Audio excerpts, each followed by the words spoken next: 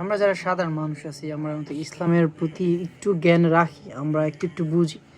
বর্তমান কিন্তু আগের চাইতে অনেক উন্নত, মানে মানুষ আগের চাইতে অ্যাডভান্স হয়েছে।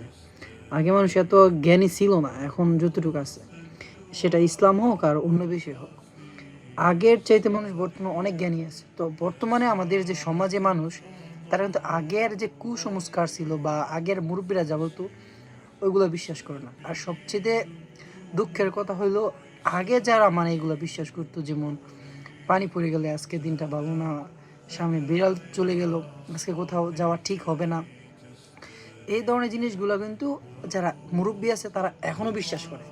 হুম। আর আমাদের যে বর্তমানে যে ইয়াং যুবক আছে, মানে বর্তমানে যে যুবকরা আছে, তারা কিন্তু এগুলো একেবারে বিশ্বাস করে না। তো এই ক্ষেত্রে কিন্তু মুরব্বীর সাথে ইয়াং যুবকদের একটা মানে অন্যরকম একটা ব্যবধান হয়ে যায়।